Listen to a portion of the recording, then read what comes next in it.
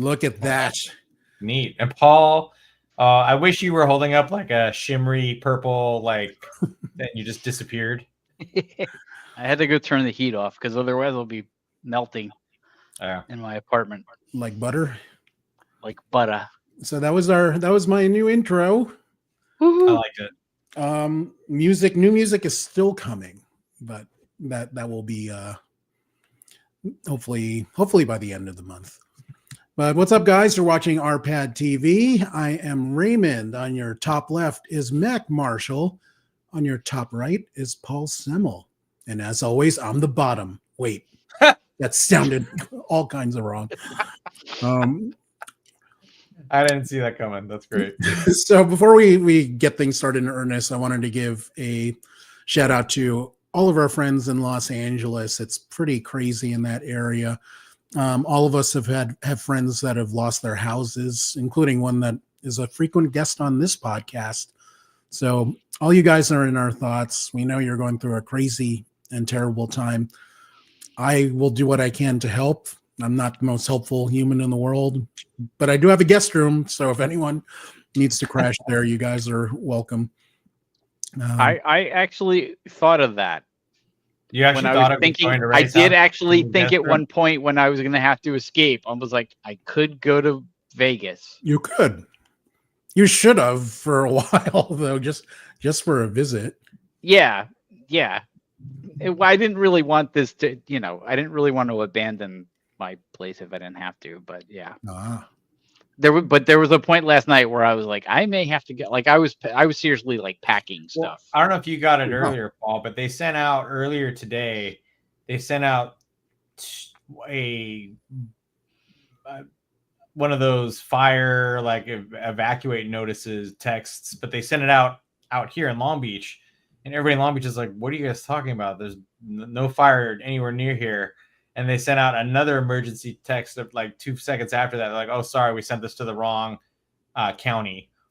And so they basically panicked everybody out here. And it's just like, oh, come on. Well, there's a fire that broke out on the border between Los Angeles and Ventura County, kind of near downtown. And I think that's probably what that was in reference to. That was where the mistake. Fire, but nowhere near where I am. I mean, right. I'm closer to running into the ocean than I am to running into a fire. Yeah. Wow. So it appears we have a technical glitch, and for some reason we will not be live on Facebook. Apologies to you guys. They're fact checking. They're not fact checking this. That's why. Oh, fuck that guy. Oh my god. Oh, yeah. Yeah. On top of all the other crazy things this week, Zook has turned back to the dark side. Yeah. Let's change the record and talk about something positive. Paul, what's going on your website? The whole thing. I'm sorry? What's going on your website? So well, this week on my website, I was both positive and negative. I put up my lists of the best and worst games of 2024. Nice. Share and enjoy. Yeah, if you want a direct link to Paul's website, check out the video description. And it's scrolling right there, guys. PaulSemel.com. Excellent. Or as they call him in Krypton, Paul Semel, the son of Semel. It's nice to know that I would have a good name if I ever had to move to Krypton. So I guess mine works too, so that would be cool. Yes. Man, I'm the only one that's not Kryptonian. Yeah, your Kryptonian name sucks, Ray. It does. So, guys, today we're going to talk about Creature Commandos, the first official work in James Gunn's DC universe. We are moving from the DCEU to the new DCU. It's an animated series that appeared on HBO Max. And let's start with a bite-sized review of Creature Commandos. Mac, what is your quick review of Creature Commandos? I didn't know I was going to like it this much. I like it. Paul? While I normally like animated DC shows, Creature Commandos never really landed for me. Oh, interesting. That was my radio voice. Yes. And that was entirely predictable because I am much more of a DC guy than you are, especially when it comes to the minor weirdo characters that I love and you do not. Absolutely. So, yeah. And I had zero knowledge that this was a thing until Ray was like, "Are you gonna watch Creature Commandos?" I was like, "What's that?" And he's like, "Oh, do you like what's his name?" And I was like, "Sure." And then I started watching it, and here we are. And I like how that worked out. You shall get 3 different perspectives on Creature Commandos. My bite-sized review went like this. Even though the last few minutes of the finale fizzled, Creature Commandos Season 1 was great fun. It has all the things you expect from James Gunn with a shocking amount of comics nerdistry. And yes. Yeah, I figure there's just layers upon layers that I just don't, and references that I have that are flying way over my head because I just don't have the context, the contextual background. Aha. And I will provide some context for you later and for everyone out there. But yeah, he goes way back from like the 1940s, pretty much every decade until now. He's like, dropped references. I had no idea, like none whatsoever, that Frankenstein's monster and the bride were superhero level people within the DC universe in any capacity. It was just as weird. We were just talking about this earlier. It's just as weird to me, I think, as like that one time, the first time I was watching Scooby-Doo and there was like a Batman crossover. Yes. Right? Like, what's happening? But it was this is an interesting aspect for comic books especially in the 50s and 60s. They tried to use a lot of public domain figures because they didn't cost anything. And people kind of knew about them at that point. So Frankenstein fell into that category. And it was a cheap way to get their heroes to fight some monsters without having to create anything new. And as you said, Mac, to give them something familiar. Yeah. Paul, I wanted to kick off the first question with you. So this is James Gunn's first work in the new DC universe. What do you think of him kicking off the DCU with an animated series about weirdos? Okay. It's an interesting idea, but it's also kind of moot. And the reason I say that is that I think that most people aren't going to think of this as the way it's kicking off. Most people are going to think it's kicking off with the Superman movie. Yes. It's much more high profile. It's going to be a movie. It's already got more attention than this ever got. So it's sort of, I guess I would liken it to like the soft launch of a restaurant, you know? Yeah. It's like, well, we're not really open, but we're kind of open. And so it was kind of like that. And it was also I think because of that, it seemed like a weird idea of this being the thing that launches it. Although at the same time, it's not really launching it because things that have already been out are now canon because of things that are mentioned in this. And no, I will disagree with you there. I mean, it is launching it because this is the first thing with Gunn in charge. Right. And he himself said that he will reference things, events, and characters that will become canon from previous movies as soon as they're mentioned.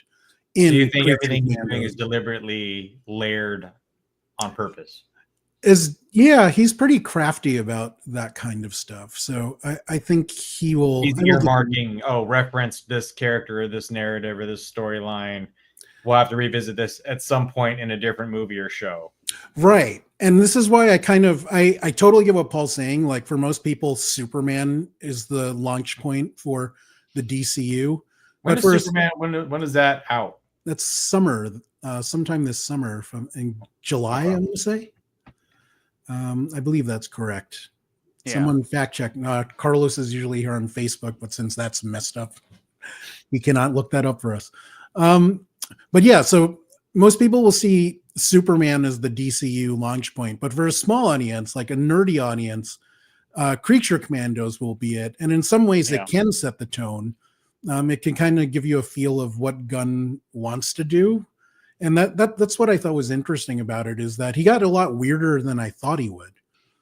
And we'll go like a deep, more way out there derivative of Suicide Squad almost. Yeah. Like if you can get weirder and more obscure than Suicide Squad. Which I absolutely love Polka Dot Man. That's still one of my favorite characters of all time. Superman comes out July 11th. Aha. Oh, that's right. Because I was wondering why it's not July 4th, but it's isn't it like Jurassic Park or something? Yeah, Jurassic World or something. Jurassic Pratt. Jurassic Pratt. No, he's not in this one. Oh. No, it's like ScarJo is in it. What? Yeah, Scarlett Johansson is in. I'm going to look that up again. She's playing Chris Pratt?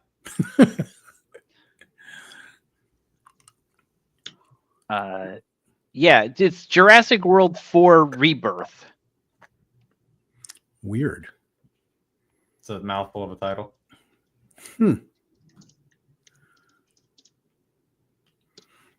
So that comes out July 2nd. So what is this Gods and Monsters thing phase that you're talking about, Ray? So yeah, he is naming his phases, unlike Marvel, which just has them numbered, which is no fun.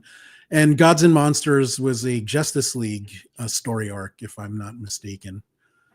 I like that he's doing that, and I like how, I mean, the first two works, obviously, Creature Commandos are monsters, and Superman is viewed as like the god-like superhero in DC. So, in that literal sense, it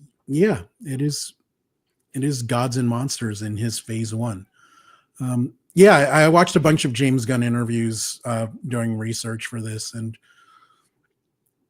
he's pretty deliberate, I want to say, but I want to see how his execution will be.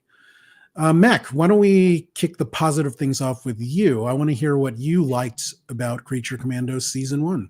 It was just totally unexpected for me. Like you said, oh, do you like James Gunn? I was like, sure. Like he's been pretty good to what he's been working, faithful to what he's worked on in the past. So like I went into it with an open mind. I had no idea it was going to be very derivative of Suicide Squad, almost like, a whole bunch of ne'er-do-wells. We're going to send them out to do the dirty work. Right.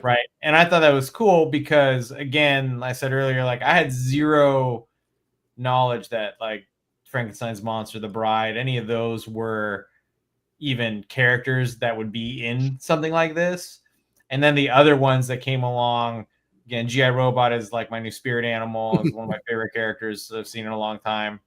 The Weasel we saw from before. Right. It's good to get some context and backstory for his character. My, yes.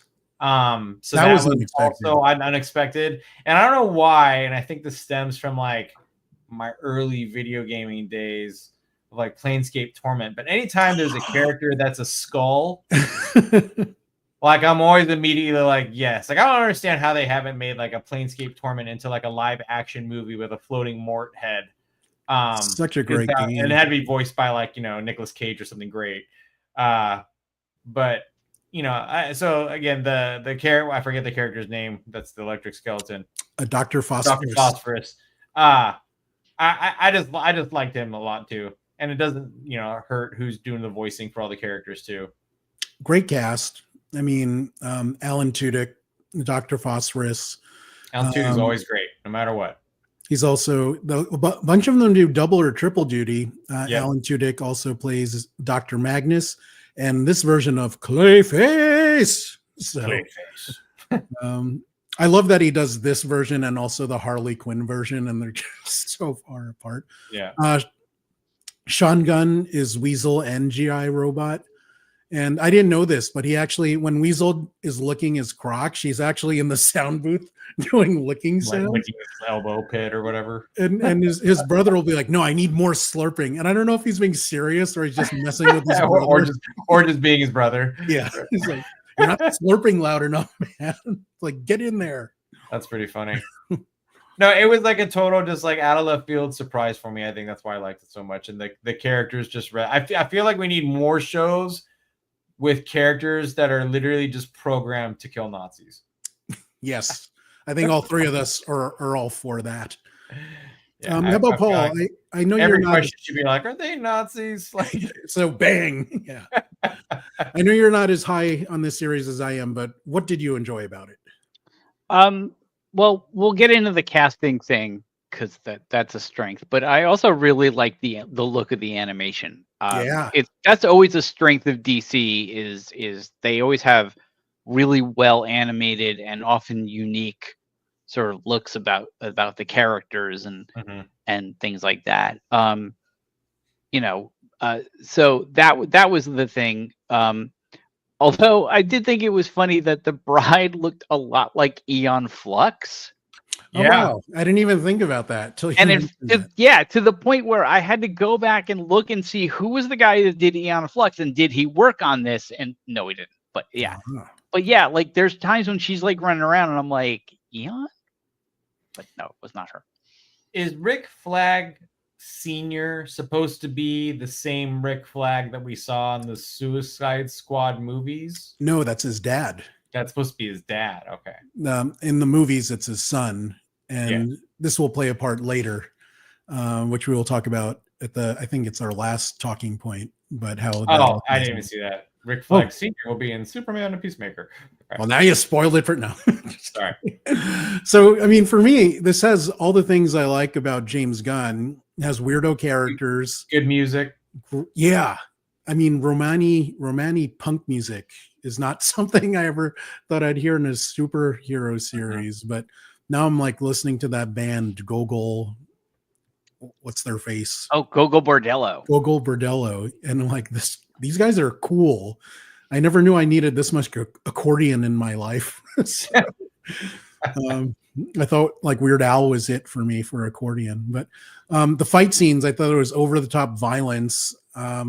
They did things that you can't really do in live action. How like Dr. Phosphorus would just indiscriminately melt people's faces away, and I'm like, yeah, that was really cool. He did that a lot. There was more boning that surprised me. I think there were 2 boning scenes, which you don't really see in live action. Oh yeah, Rick Flag. That was the creepy Rick Flag Sr. Old man one, which was creepy. And then the bride getting boned by the doctor. Yeah, that was also unexpected.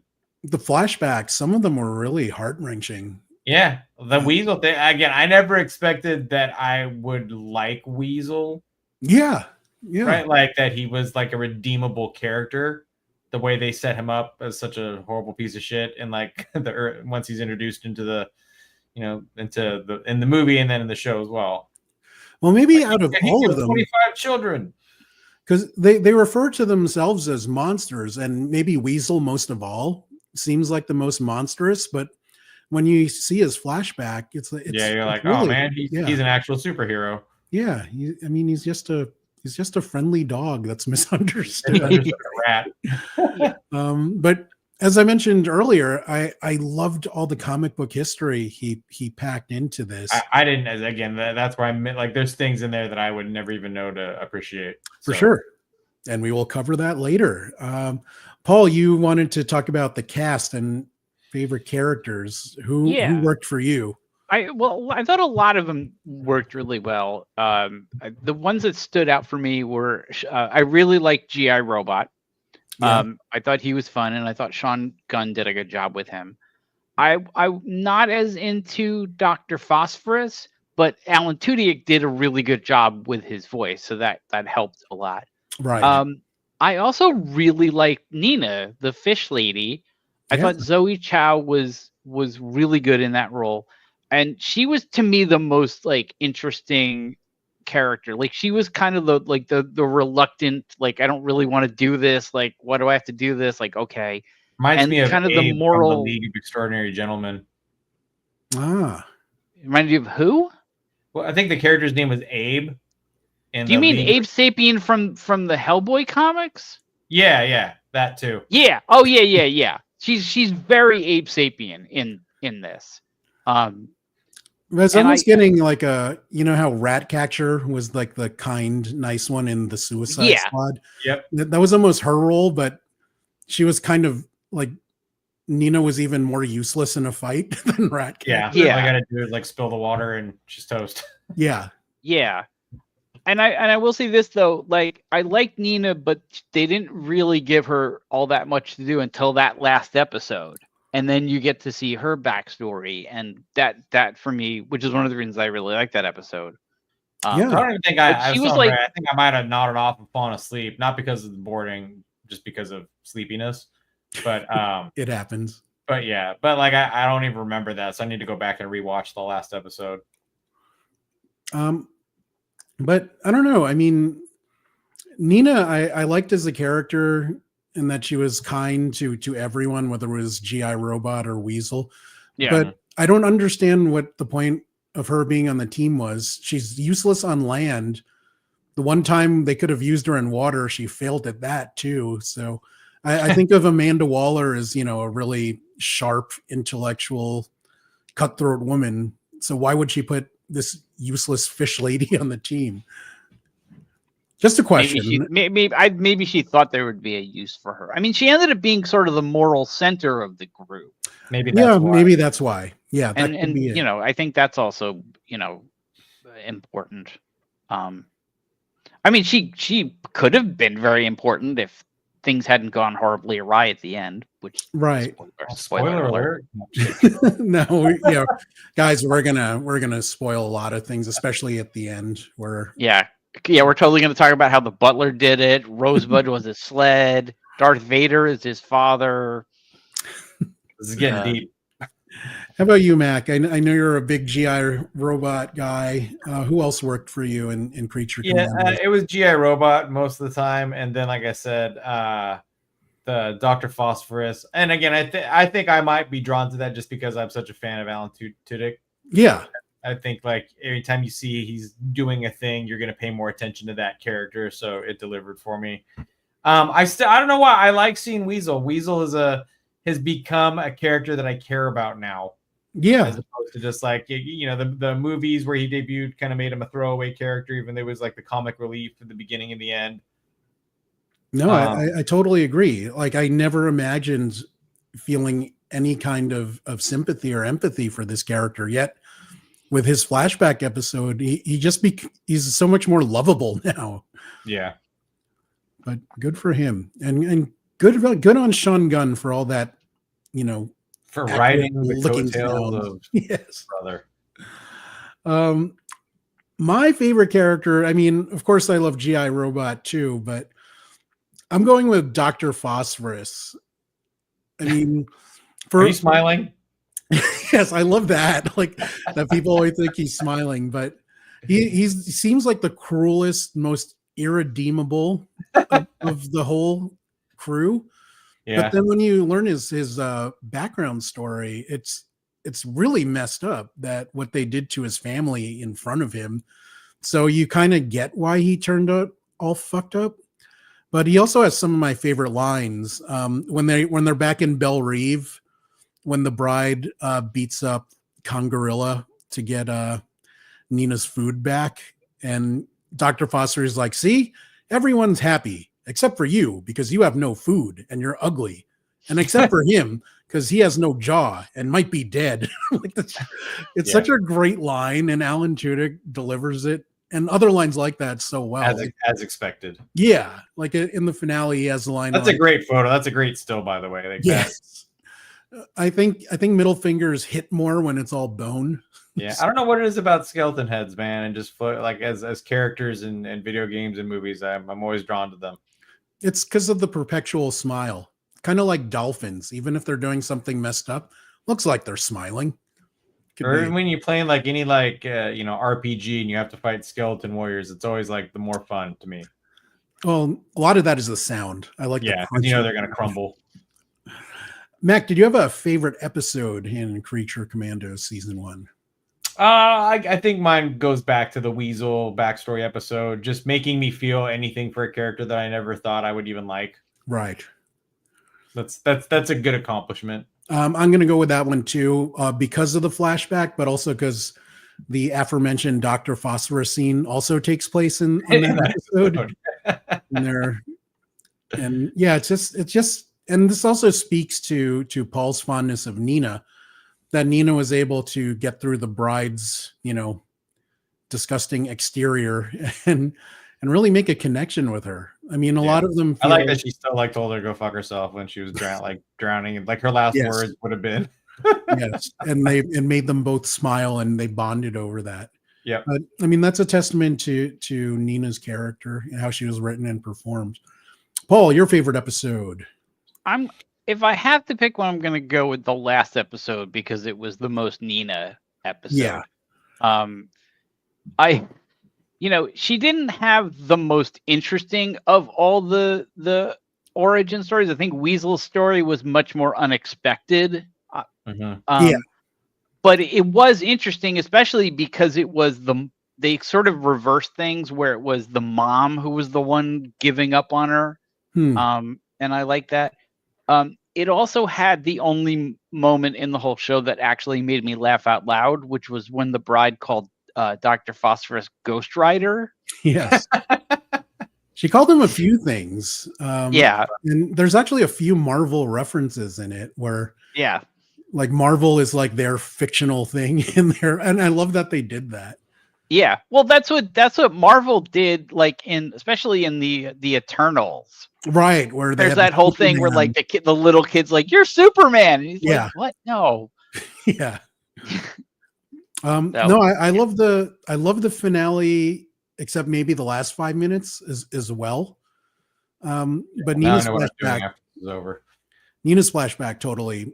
I thought that was really heart-wrenching too, because she was a very intelligent, sweet girl, and all she wanted was to fit in.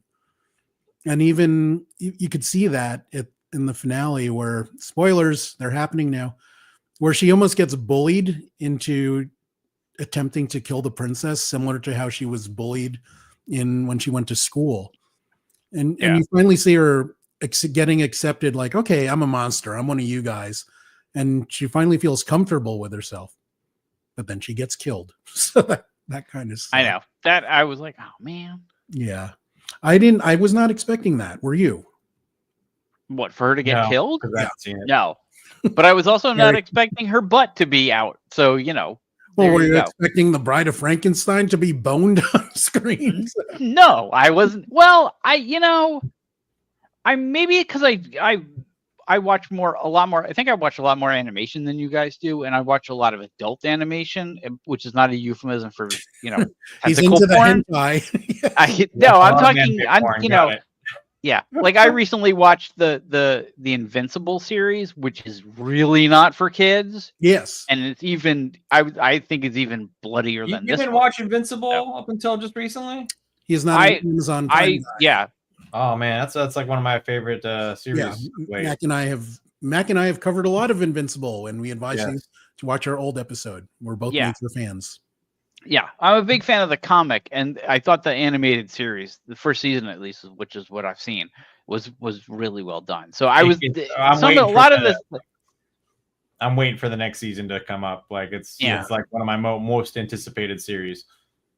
Yeah, but like I wasn't really surprised by. And I wasn't really surprised by the level of violence or the nudity or any of it. I mean, it's always when you see that stuff, like the first time it comes up in a show, you're like, okay, that's where we're going with the show. Okay, fine. Oh, look, there's the fish lady's butt. Okay, that's cool. We're going with that. Okay, now I know where the baseline is. I was surprised by the boning. Well, one, because it's a superhero cartoon with boning, but also because I've heard in interviews of James Gunn saying that he just doesn't like love scenes, and whenever they're in a movie, he just wants them to be over. So I was surprised he put two of them in there. But yeah, that actually worked out well. And guys, it is Paul's birthday soon. If you want to send him some hentai, go to paulsemel.com and see what kind of hentai he would like this year. Give you an Amazon gift card. I'm gonna end up with like a squid plushie, aren't I? Or if you're a single lady, you can look up Paul or apparently David Harbour on Raya. Sorry, David. That's just what I read in the news. I want to take a few minutes to talk about the latest January contest. I'm giving away some Steam codes on Patreon. Yeah, I'm trying to do more Patreon stuff this year. What's Patreon? It is a site where readers and viewers and fans can join a community, and in this case, win some prizes and connect with other readers. There's a direct link to my Patreon in the video description, or the URL is scrolling right there. But I got 3 Steam codes to give away. All you have to do is join my Patreon. It could be a free or premium membership, and leave a comment on this post titled January 2025 Steam code giveaway. Now back to our show. As soon as I scroll up to the right Chiron. Now, next point.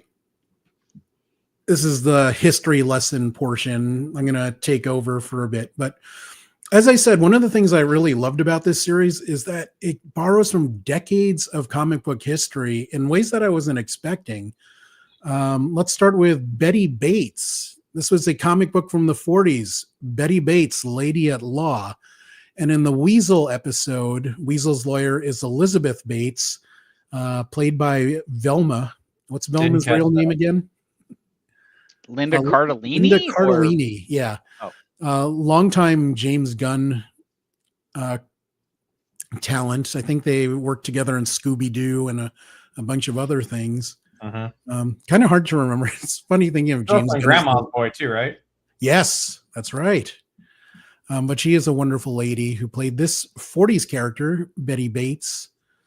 In G.I. Robot's flashback episode, he was a member of the Easy Company, which is a Sergeant Rock comic. I think this is late 50s into the 60s and actually stayed popular for a long time.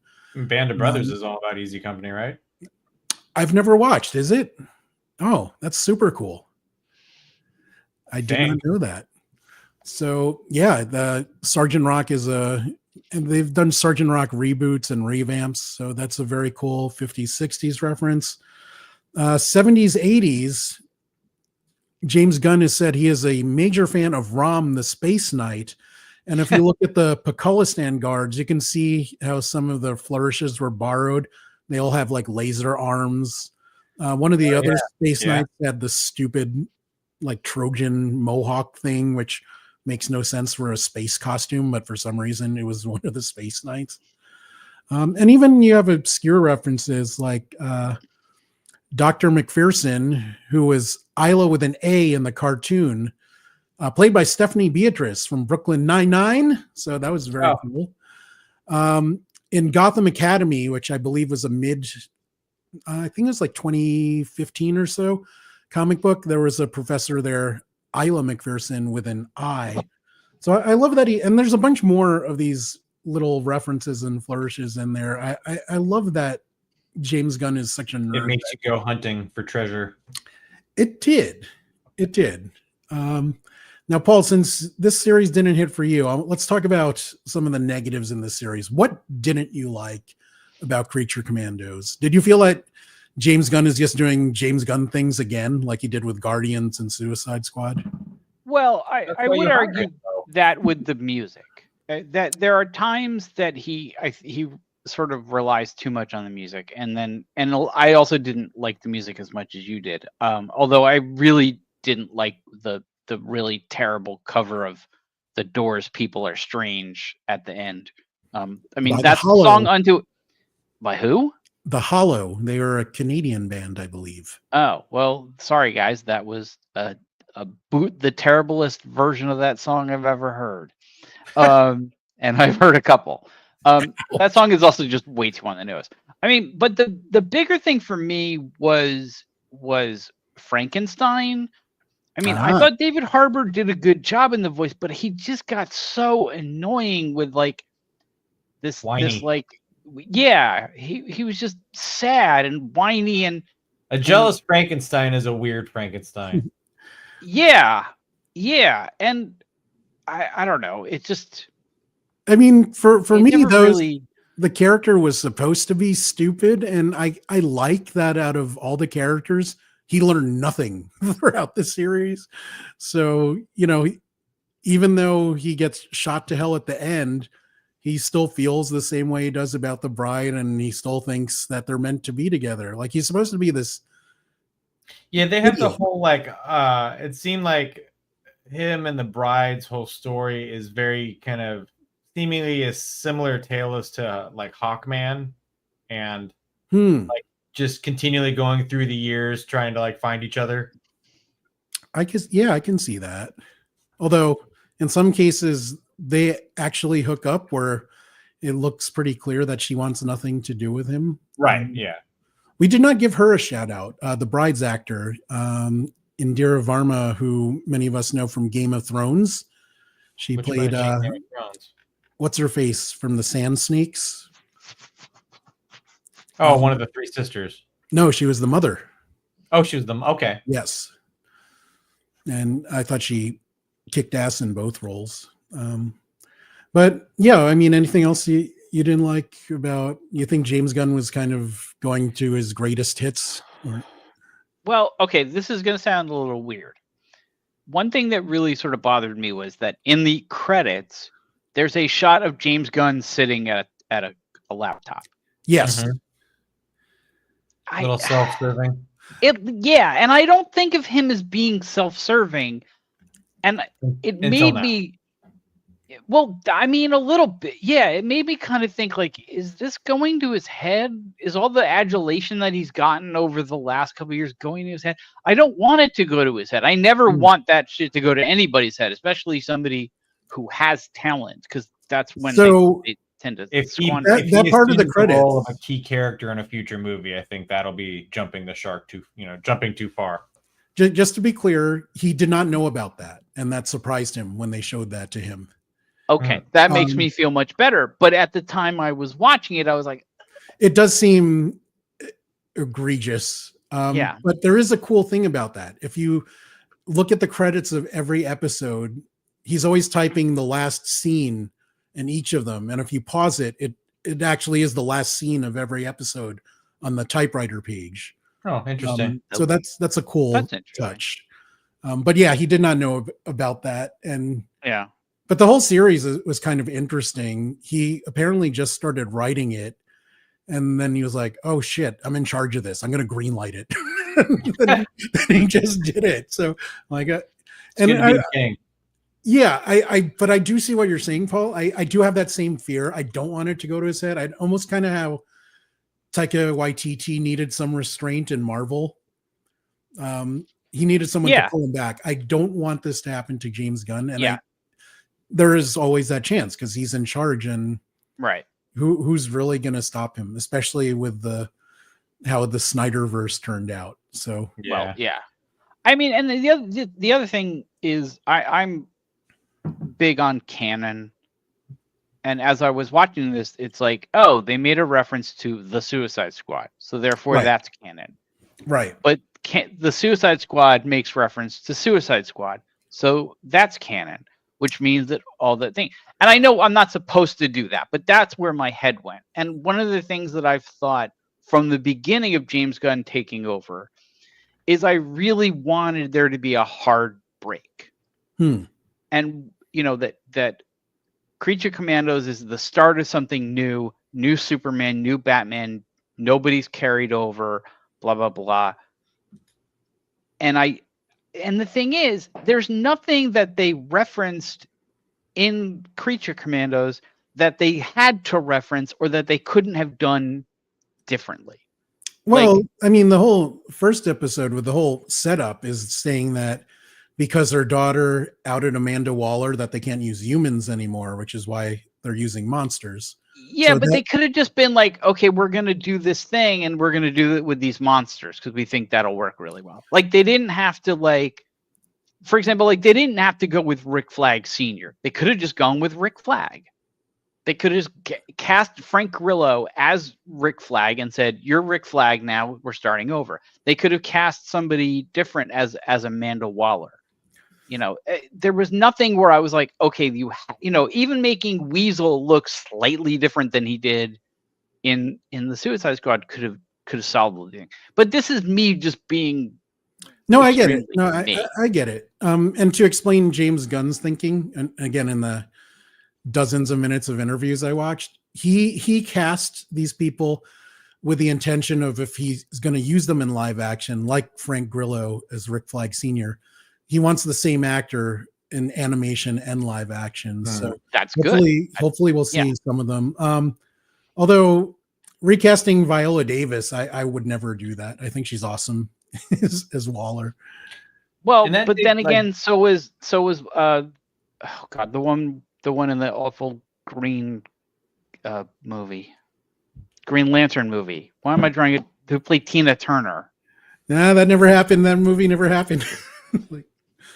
I'm not looking that up because that movie doesn't exist. Mac, tell us what you didn't like about Creature Commandos. I mentioned this earlier, and it was a thought that kind of like started out, and now that we've been talking about it a little bit more, I kind of feel more a little this way. But it just seems like I hope they get away from going back to the well of like because when I saw Creature Commandos for the first time, I'm like, oh, it's another Amanda Waller sends out a bunch of misfits. Like it just felt like they've been to this well too many times already with both of the Suicide Squad movies and everything we've seen in some of the TV shows that are rooted in the DC universe.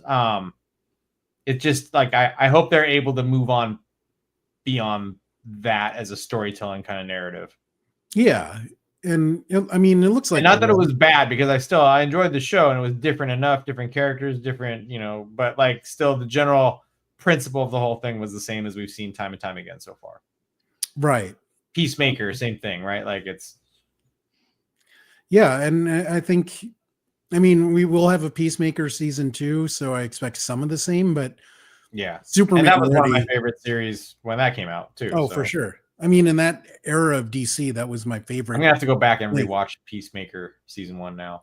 Oddly and randomly, I rewatched both the Suicide Squad and Peacemaker over Christmas break while I was sick, and it ended up just being perfect setup for Creature Commandos. So. Oh, good. Yeah.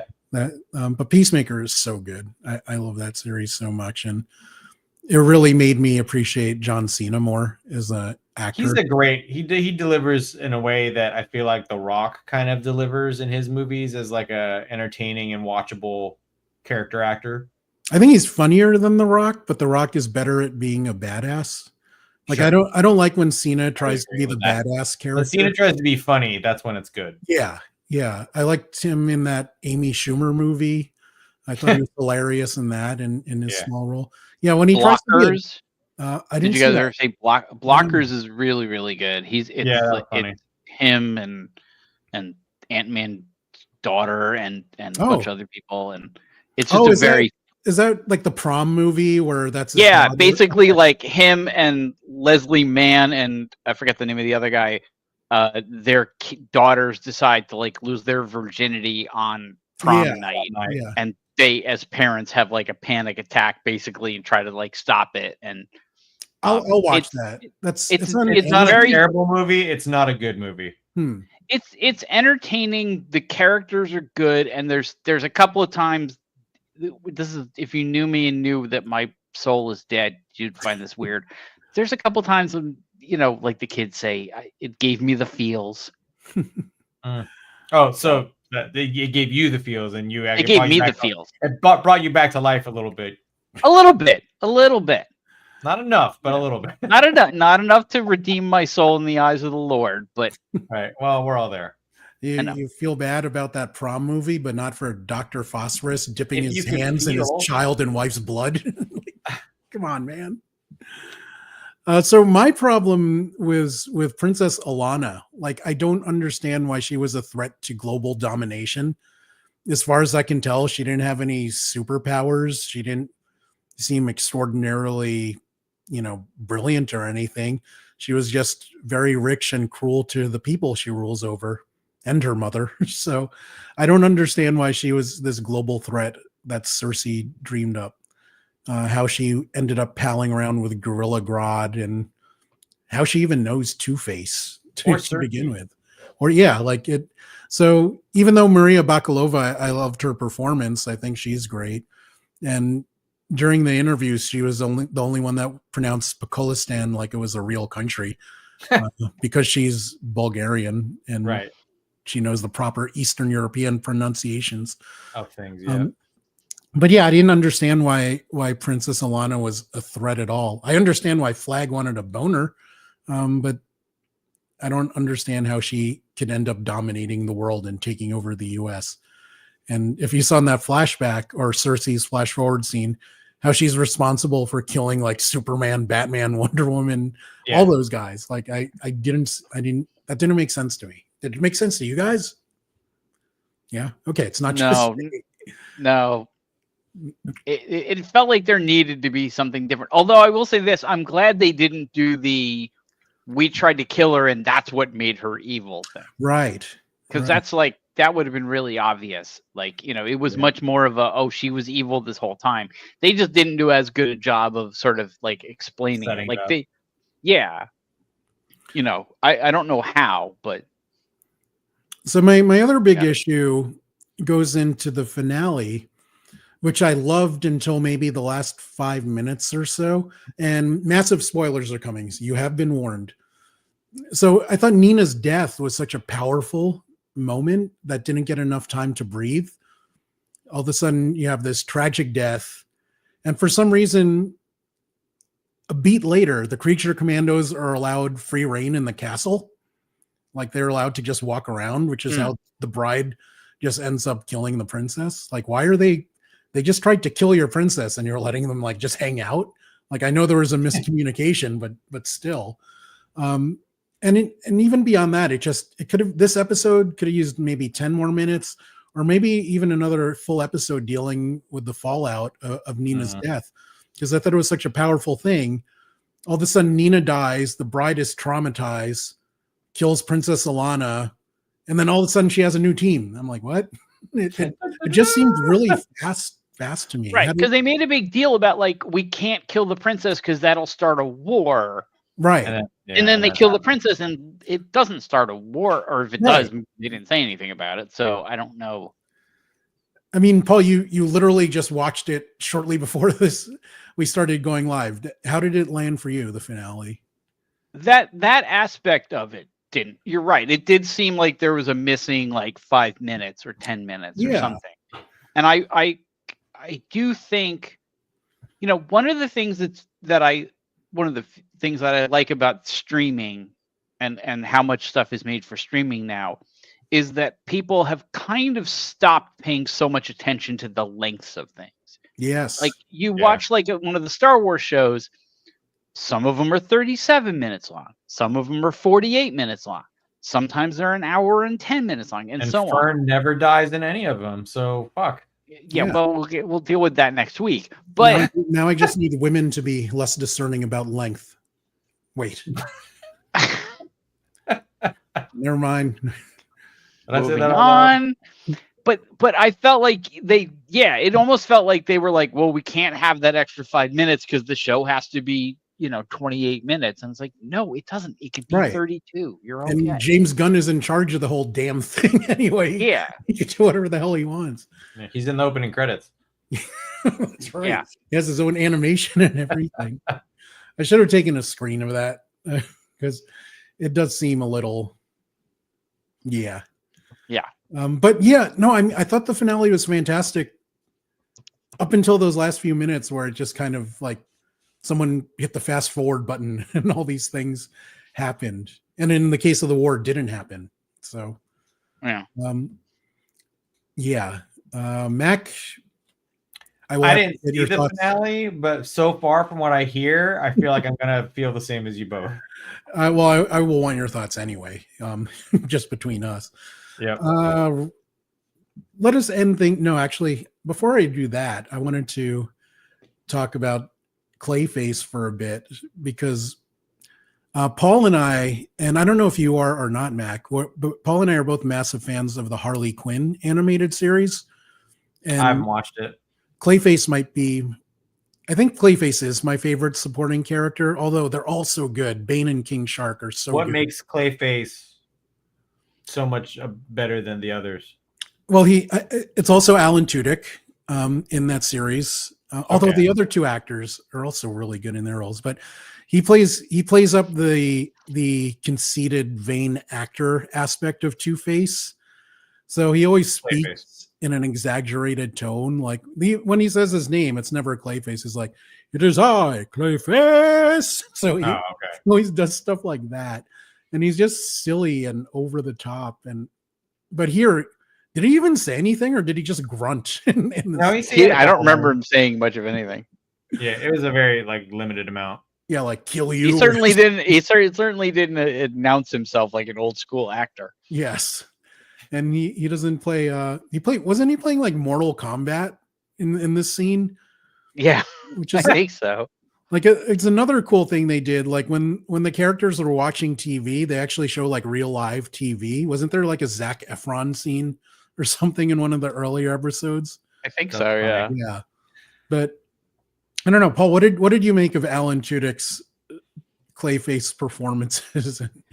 Well, when I heard that he was doing it, I was like, this goes back to this whole thing about canon. I was like, well, that's going to be annoying if he's Clayface in this and he's Clayface in Harley Quinn, but it's not the same Clayface, but he sounds the same, blah, blah, blah. And then you get to this show and it's a completely different version of Clayface. And it's like, it's almost like you said, like he doesn't really say much of anything. And like, he's not really, it's very much not the same Clayface. Oh, yeah, not at all. And which is good because if you had to incorporate, if you suddenly made him the same Clayface and then Harley Quinn becomes canon to the James Gunn DC universe, there's a whole lot of stuff you got to deal with there that he's not going to want to deal with. So there's 5 seasons of Harley Quinn. Holy crap. And the next one's starting this month and I am super excited for it. Yeah. I mean, the Harley Quinn series is just silly and absurd in all the best ways. Okay. I mean, they made freaking Kite Man an interesting character. they have a Condiment King in it. I love how silly it gets. They actually had they had James Gunn in it and they killed him. Yes, he was in it and then and he gets killed and it's worth me watching is what you're saying. Yeah, I love it. It's now that I'm caught up on it's hilarious. Stuff, I think. Yeah. Yes, it's absolutely hilarious. And Mac, let me ask you this. When we last saw Clayface, his body was all over Professor McPherson's apartment and his face was pretty much a flat mat on the floor. Mm-hmm. Is this version of Clayface dead or can he reassemble himself later? And keep in mind that James Gunn has been on the record as saying he doesn't like when they bring dead characters back. So is this Clayface dead or he's Clay? He can just take his time and reassemble. Yeah, is Clay ever really dead? That's true. You can reactivate it with water. So this may not be, maybe this is what drives him to be theatrical Clayface. It's a result of trauma. I'm like looking forward to watching all of Harley Quinn now just to see those. Oh, I mean, between him, King Shark is great too. That's JB Smoove plays him. Okay. He's always good too. Yeah. No, JB Smoove is the plant. Oh, he's the plant. Right. That's right. Ron Funches plays. Funches is King Shark. Oh, I feel bad about that. He's absolutely genius and yeah. And I've seen Ron at his stand-up and told him that I enjoy him. Funches. And I always a friend of mine, Diedrich Bader. Oh, wow, great JB Smoove, Frank the Plant.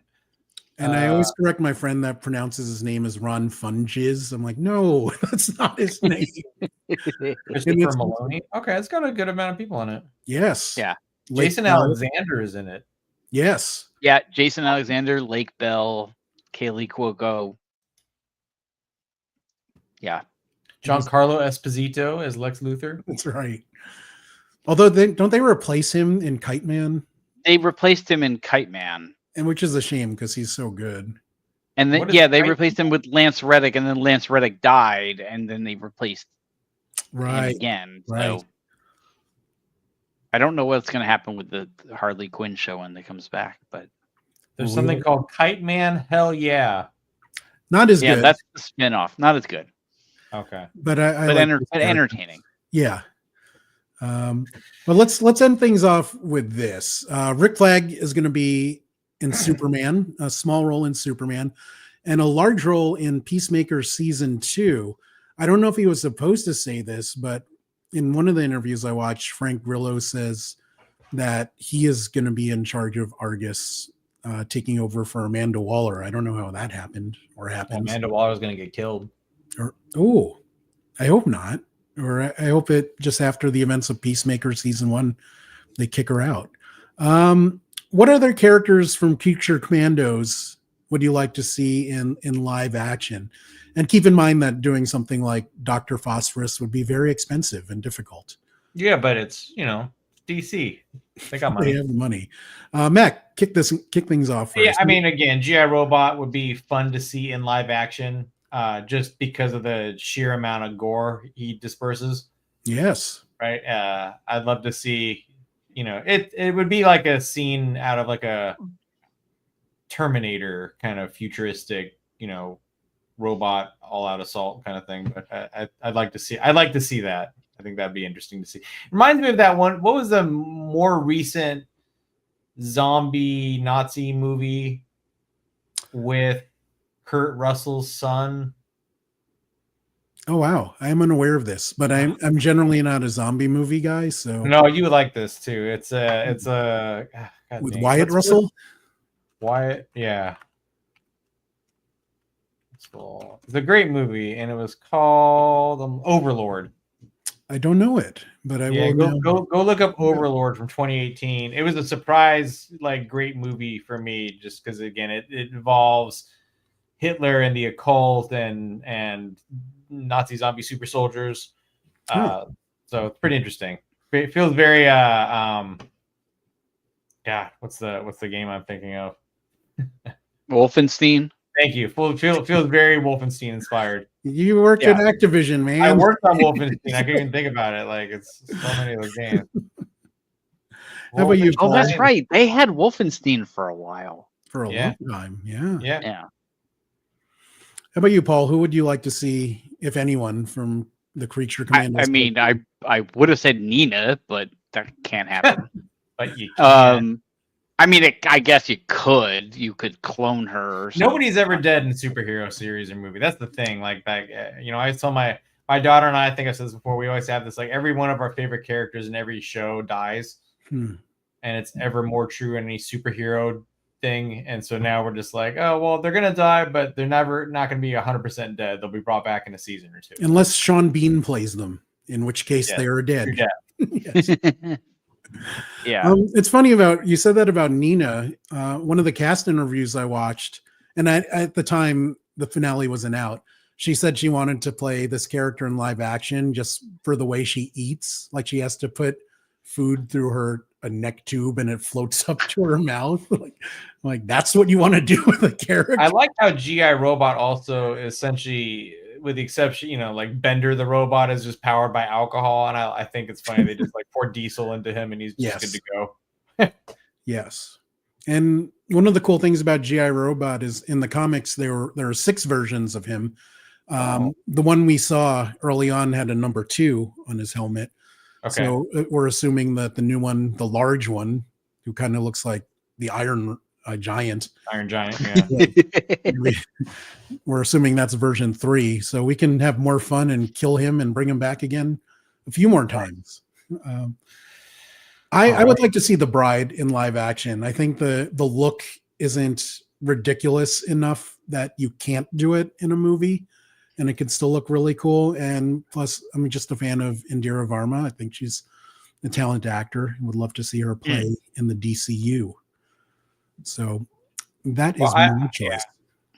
Again, I'd be happy to, because this is all so new to me and unexpected. Like, I would be happy to see any of these continue on.